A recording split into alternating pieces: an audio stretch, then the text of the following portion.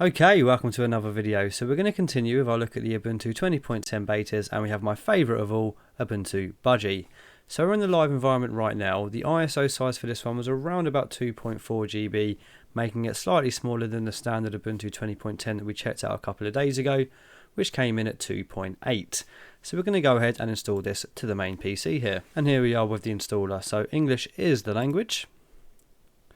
United Kingdom is the layout, and let's just make sure this keyboard is behaving itself. Perfect.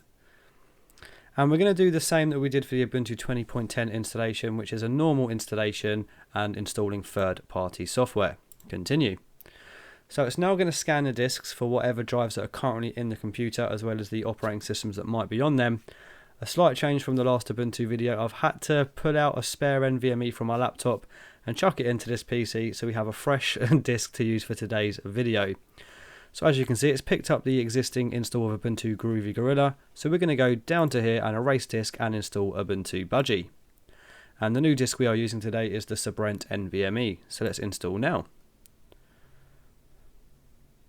So it's going to use the same straightforward partition layout of two partitions, one for your EFI, and then the rest is all going to be assigned to root using the ext4 file system. Okay, London is close enough. Continue. Right, so we're going to name this computer, very simple, Budgie Boy. There we go. And as per usual, we're going to log in automatically. Now I am going to time this installation, but do bear in mind we're using a much faster disk today, so it wouldn't be fair to compare it to the recent look that we did on the standard Ubuntu 20.10.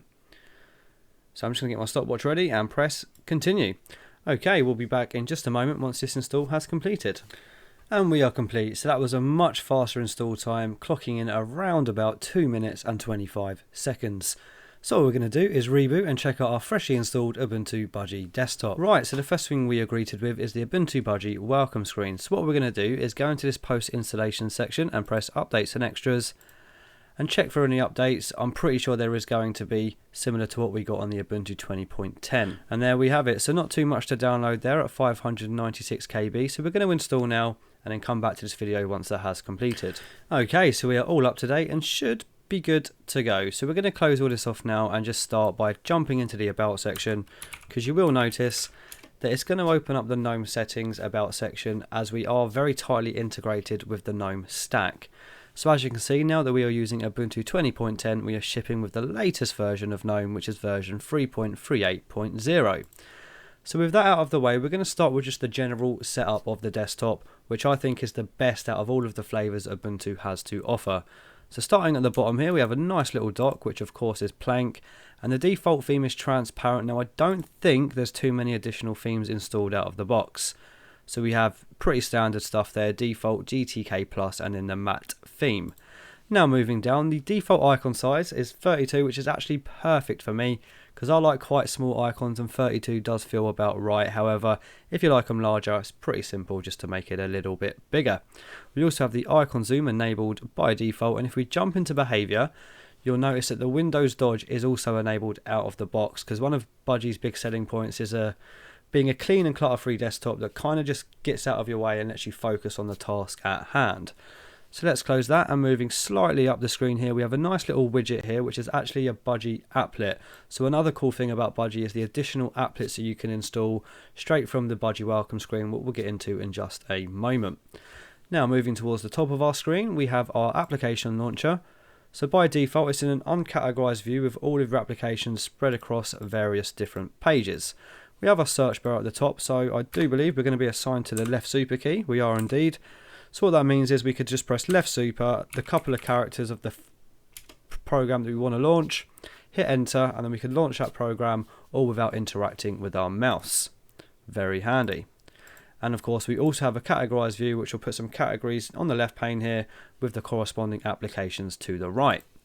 Now moving towards the middle of the screen, we have the clock applet, which I'm not a huge fan of the position, so I'll probably move that a bit further to the right in a little while. Now at the right we have a few more applets here. So we have a workspace switcher, and pressing the plus or the minus there will then add or remove an additional workspace, and by default we come with 2. Now I do believe that the default shortcut is Control Alt and then your directional keys, And as you can see, it's a very sort of smooth and fluid animation from left to right, as opposed to the way that the GNOME desktop does it from up to down. And I actually much prefer a left to right kind of motion on desktops. It just feels a bit more natural. Now, just to the right of that, we have the Quick Note application applet. So basically, this is pretty handy if you're on the phone and you need to quickly write down a number. You can just jot it down there, go away, open it up again, and it's going to be there straight away, ready for you to use. Now, to the right of that, we have the Places applet. Again, pretty simple stuff. It's just going to open up your home folder into any of these pages here, and then we also have the local volumes. So if we press Pictures, it will jump straight into our home folder /Pictures in Nemo, and we're good to go. Now, to the right of that, we have the notification bell, and there's two ways to get into the notifications, this being the first one, and we'll check out the second one in a minute. Now, to the right of that, we have our networks, and then last but not least, in this little row of applets here, we have our sound. So it's currently muted. That's not an issue with the sound. My line out is currently not plugged into the main power outlet. Now, moving along, we have our power button here, so we're going to just check it out with the lock. I do believe the lock screen will inherit whatever wallpaper you have currently set as your desktop. And there we have it. So I do believe if we was to change our wallpaper, we'd then have a different background for our lock screen there. So let's get back into it. And then last but not least, we have the trigger for our Raven, which is a little sort of panel that will slide out on the side of your screen here like so. And that is the other way I was mentioning about the notifications. So in here you can control your applets like media players, and we'll show that in just a minute. And you can also jump straight into your notifications. So that's pretty much the standard desktop layout. So what we're going to do is go and see what default applications we do have installed out of the box, and we're going to do it in the categorized view. So let's go bang. Right, starting with accessories, I don't think there's too much in here we need to check out. So we have the archive manager, calculator, GNOME disks, and while we're here, let's do a quick benchmark on this partition here and see just how fast this partition is coming in at. So let's start that partition, and we will have to type in our password. 2.7, so it does get slightly higher than that. I've got it up to about 3.3G, but that just shows you why the installation was so much faster on this drive.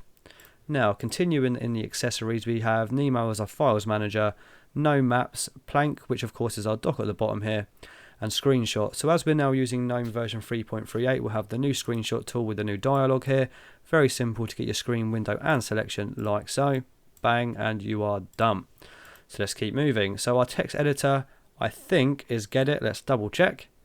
It is indeed. So if we go into the about, you can see that we are using Gedit version 3.36.2. So I think that's all I really want to check out in accessories. So if we go into games now, it's going to have a fair few of the games from the GNOME suite. So we have 2048, Solitaire, Mahjong, Mines, and Sudoku. Now, I don't really tend to play a lot of these sort of pre-installed games, so what we will do in a little while is just remove all of them and free up a little bit of space. So in graphics, we have Drawing, GFarm Image Viewer for our images, and LibreOffice Draw. So in Internet, you're going to notice that we still use the default web browser of Firefox, which is pretty much the same across every Ubuntu flavour, but we do have a change from the default email client that you find in the standard Ubuntu, which uses Firefox. Budgie uses Geary. It just had an issue opening up. We'll come back to that in just a minute. And your default torrent client is, of course, Transmission. So we have the full LibreOffice suite, as well as, I think that's just GNOME Calendar. It is indeed. So if we go back into LibreOffice Writer, you will notice that we've got the very latest version of 7.0.1.2. Perfect. So let's close that off and keep moving. So we don't need to save that. So I think that's everything in Office. So in Other, just the one entry there, which is iBus Preferences. Science, another LibreOffice application for math. So in sound and video, this is where we can show off the cool little features of the Raven trigger. So our default media player for movies and videos is Celluloid, our webcam viewer is Cheese, and our music player is Rhythmbox. So if we're to open up Rhythmbox and then open up the trigger, we should now have an applet running for Rhythmbox. We do indeed. Let me just move my face for a moment so you can see it a little bit better. And I'm gone. So as you can see here, we have our calendar, a little volume slider here, and then we have play some music. So we're currently not playing any music, but if we were, as you can see, the little applet here for Rhythmbox will give you a bit of album art as well as the artist title and album, and you have a play and skip track buttons. So very handy to control your music quickly in your Raven trigger. Let's close that. So I think that's everything in sound and video. So now system tools, we have Budgie desktop settings, which is a brilliant little application that lets you customize certain aspects of your Budgie desktop. We'll go into that in just a moment. And then we have Budgie Discourse, Extras, Themes and Layouts, which are all part of the Budgie Welcome app. Again, we'll spend a fair bit of time in that because there's a lot you can do all from within that one application. Is there anything else in here I want to check out? So of course, onboard settings will be for our on-screen keyboard. Preview controls. So by default, you'll notice that this sort of Alt-Tab view is quite a minimal, bare bones kind of view. So you just have the icons of the current applications that are open. But if you go into your preview control, you can then go run previews and also show on all workspaces. And as you can see now, you've got a bit of a nicer view there that kind of lets you know a bit more about what is going on. But I'm going to disable that for now, and we'll come back to that in a little while. So I think that's pretty much... Oh no, so GNOME software, instead of using the Ubuntu Snap Store, this just comes pre-installed with GNOME software, which I actually can get behind. I think that's a better decision for this Budgie desktop, especially if you plan to use Flatpaks with the plugin for GNOME, so you can install all of your applications as well as snaps, Flatpaks, and your native packages all from within this one application here without having a duplicate sort of store. So if we go into Snap List, we can just double check that we do indeed just have the one version. We do. So as you can see in the Snap List, all we have in snaps is Ubuntu Budgie, Welcome Screen, Snapd and Core 18. So let's keep moving. So I think that's about it in there. While we're here, let's quickly jump into the system monitor and see what the resources are saying at the moment. So the RAM is at 1.6 GB out of 32 and the cache is 2.3, and we are not touching our swap file, which again is the standard size of 2 GB that Ubuntu creates on a default install. So I think that just leaves one more category. Nope, two. So universal access. Now Magnus is an on-screen magnifier that I actually don't like very much. So I'll show you why. It's a bit slow, so we can make it a bit larger. And as you can see, sort of magnifying parts of your screen, there's just a lag there. The frames are, it's a very slow magnifier, and I'm just not a huge fan of it. I think there's better ways they could have probably implemented that in the Budgie desktop. And of course, on board is going to be our on-screen keyboard. So enable auto show requires GNOME accessibility. Onboard can turn on accessibility now. However, it's recommended that you log out and back in for it to reach its full potential. Okay, I'm not too worried about that for the moment, but there is your on-screen keyboard, and I do believe you can resize it to your heart's content. So let's close that and keep moving. So we're now at our last one. I don't know if there's too many additional things in utilities that we're going to need to check out. While we're here though, Tilix. I'm actually growing quite fond of Tilix, so I've never really used this terminal emulator that much outside of Ubuntu Budgie. But I'm a heavy user of Tmux on my own personal machines, and a lot of what you can do in Tmux you can kind of get covered in here as far as sort of splitting of terminals. So as you can see, we'll go into the full screen view, and we've got a few different buttons up here. So let's open up HTOP. We don't have it installed yet, so let's go ahead and install HTOP like so. Right, so we're going to let that install, and then we're going to run the HTOP command like that, and you see these little buttons. We can do a little split straight down the middle, or of course we can press this one. That's going to split it like that, and now you can kind of go pretty crazy and just split things up to your heart's content. And if you get a bit too crowded in this view here, we have a nice little plus here which kind of opens up a whole new workspace of a terminal window again, where you can just start splitting things to your heart's content. Very nice and simple terminal emulator. I'm a big fan. So what we're going to do now, as we have just installed HTOP, we're going to do a quick reboot to see how much RAM we are using at a fresh boot, and then we're going to start making some changes, and hopefully we don't impact the RAM too much. Okay, we are back. Startup time was pretty much instant as well. I'll see if I can record that just to give you a demo of how quick this did start up. But as you can see there, RAM wise, we're only using 800 or so megabytes at a fresh reboot, which is a slight improvement that we saw on the Ubuntu 20.10 standard ISO. So let's close this off now and get into the good stuff. So one of my favourite things about Budgie is actually the welcome screen and just the things it lets you do. So if we pop it open, as you see here, we have a few links and stuff, but the magic really happens with these two buttons here. So we're going to start in themes and layouts. So I haven't actually seen all of the new themes that this might come with. Okay, so we have the Ant theme, and you can just install that with a click of a button. We have the Arc design, which is already installed. We have Evo Pop, Material Design Adapter, Material Design Materia, Material Design Vimix, and Mojave. Okay, so we've got kind of a macOS inspired theme here with the circular macOS kind of icons, and I actually think that's a pretty good idea to include that, because I think Ubuntu Budgie is probably the closest you're going to get to an out-of-the-box experience that kind of mirrors what someone who uses Mac might be used to. So with that said, we're going to go ahead and install that and see what that looks like. But before we do, we also have Platter, Pokalo and Quagor Budgie. So let's go ahead and install this now. So it will tell you about the third-party repos, but that's fine. So let's press OK. Do we get a status? We have a little status button here. So it doesn't really give you a progress bar, so that could be something that could potentially be worked on, or even just a percentage so you know where you are at with your install. But it does tell you the task, the name, and it's active. And as you can see there, we get a little notification in the top right letting us know that has completed. And if you watch the notification icon here, that will turn blue once that disappears. Let's give it a second. There we go. So now that has gone blue to let you know that there are notifications there ready to be seen. And if we pop into the Raven trigger, we can get to them here, or of course we can just press the notifications and clear them like so. Okay, so now that we've installed Mojave, we have an apply makeover, which will change the whole of the desktop look and feel, but we also have a drop down here which allows you to apply individual aspects of that theme. So what we're going to do is press the button and give it a total makeover. Okay, that's changed a fair bit, and it was pretty much instant. There was no waiting around. So let's open up Finder. I've said Finder because obviously it's got the Mac OS icon. And let's open Nemo. And as you can see, we've got the different sort of title bar action buttons there as well.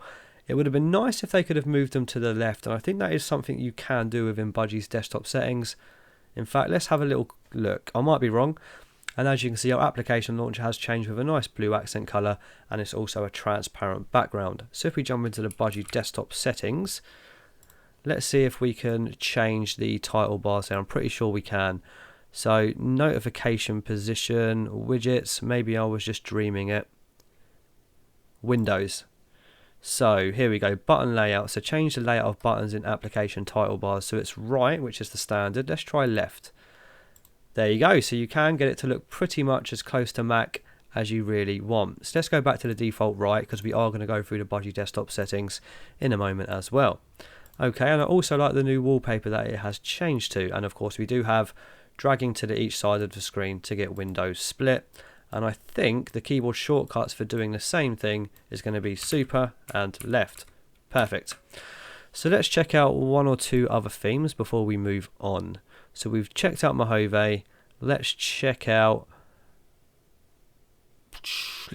Material Design Materia. So if we go ahead and install, again, it's going to let us know about the third-party repositories. We're going to click OK, and of course we can check the status here so we know that it's active and it's doing the Materia theme and the task is install. Again, I do think it would be nice to have a little status progress bar there as well. Right, I'm going to pause the video here and we'll come back to that once that has finished installing. Okay, it appears to have been finished. We didn't get a notification this time. No, we didn't. So now let's click Apply Makeover and check out the Material Design Materia theme. Okay, it's also changed our wallpaper to a more kind of material wallpaper. We've got now a light kind of themed window widgets there, and it's also got that as a dark view. Now let's also jump into the lock screen and see if it's inherited that wallpaper. I'm pretty sure it will. So let's go to lock and cross our fingers and hope that it's inherited the wallpaper. It hasn't. Now I wonder if we manually change the wallpaper, it would. I'm pretty sure it will. And of course, changing the wallpaper will open up the GNOME settings. So let's try it with this wallpaper here. Now what we're going to do is go into our lock screen and see if it's going to have the same wallpaper that we have set on our desktop. So let's go for lock. And there we go. As you can see, it has the exact same wallpaper inherited from our desktop wallpaper. Okay, what we're going to do now is jump straight back into the Arc design, because that's my favorite kind of theme, and we're going to click apply. Perfect. So what we're going to do now is go backwards and check out the install software button. So we have Budgie extras, which we're going to spend a fair bit of time on because they've got some really cool extras that you can install. We have recommendations, software center, which should probably just open up GNOME software. It does indeed. So let's close that off now. And we also have Snap apps and Flatpak apps. So I'm not actually sure what the Flatpak app button does. So let's check it out. Right, so it's gone straight to the flathub.org website. Let's see if there, I do believe if we go into recommendations, there is an easy way to install Flatpak straight from the welcome screen here. You can also set up Dropbox, and as you can see we have Flatpak there as well. So let's go ahead and install and configure Flatpak. Now I'm going to pause the video once more and then we'll be back in just a moment. Okay, and we are back, and it does also tell you're going to need to reboot for the service to start, but we'll do that in just a moment. So that's pretty cool that you can do that in the recommendations. Now, my favourite part of all is the Budgie extras. So let's jump into the Budgie extras and see what we can grab there in the way of applets. So of course we have the applets menu application, which is this one here, but I think there's a new full screen one called Lightpad somewhere. So let's check that out. We have the global menu, which is my favourite one of all, and it's already installed out of the box, so we will check that one out in just a moment. Here we go, Lightpad applet, so it's a full screen application launcher. Now I'd be interested to see if it has the same sort of ability to search for the GNOME settings as the one that we are using does. So if we wanted to jump into, say, privacy and GNOME, we could just type it in and it will actually do a GNOME setting search, and as you can see there we have privacy, and the same should go for pretty much anything. So as you can see, backgrounds is there, and let's say display, and it will open up straight into the display settings for GNOME. So I wonder if the Lightpad applet has the same abilities. We shall check that out.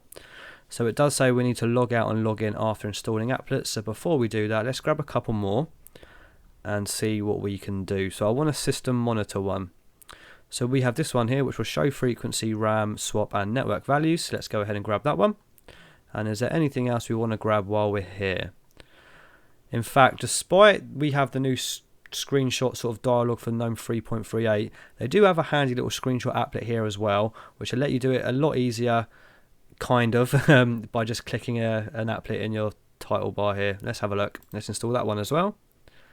And then what we're going to do is log out and log back in and then play around with some of these applets. So let's go ahead and log out. And then we'll log straight back in. Like so.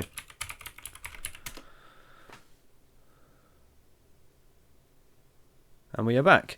So what we're going to do then is now jump into the Budgie desktop settings and take a little look at the Budgie desktop settings, which is a very cool application all within itself. So you can kind of granularly change some of the theme settings here as opposed to doing it in the welcome screen, and change from light to dark. And you also have some desktop settings here. You can change the number of workspaces and obviously icons for your desktop, fonts, and then you can configure a little bit about Raven, but there's not really too much there that you can do for Raven. And there's a fair bit that you can do for your Windows. So as you've got the automatic tiling, which was what was allowing us to do our splitting there. Now let's go onto the top panel.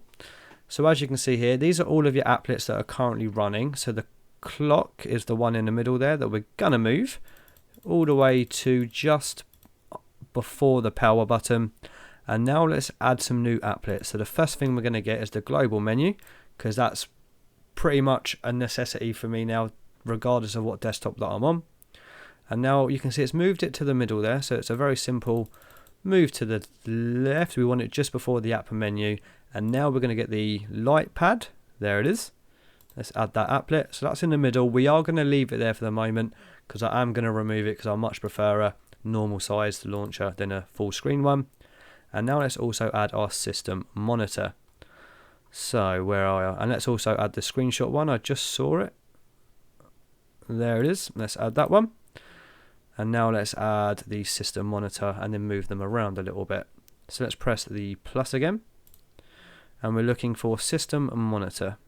And there it is. Okay. So some of the applets, when you click them, will have settings to the right of the side here. So as you can see, the spacer has its own settings to set the sort of pixel level of the spacer. And then let's see if the system monitor does. So it doesn't. When that happens, it's always worth right clicking or clicking on it. And then you can see that there are also additional settings that you can do here. So at the moment, we're only showing CPU, but then we can show the RAM as well. Now let's move these into a more usable place. So that feels about right. I'm going to put a spacer there though, just to tidy it up a bit. So where is spacer? Separator, that will do it. And now let's move the separator to about there. Perfect. Now what we want to do is move our screenshot tool to about let's put it next to the notes, because then that might not look too out of place. Or maybe there. Perfect. Right, now let's play around with some of these applets. So here's our new screenshot tool. So again, you can do pretty similar stuff that you do on the GNOME screenshot tool, but you don't have to sort of open anything up or press any keyboard shortcuts. It's there at a simple click. Bang, done. You get a little smiley face letting you know it's been done, and then you can go through your recent snapshot, share, copy, and just go. Perfect. Now, Lightpad is the new full screen application launcher. So it's quite a dark view by default. We have a page switcher down at the bottom here.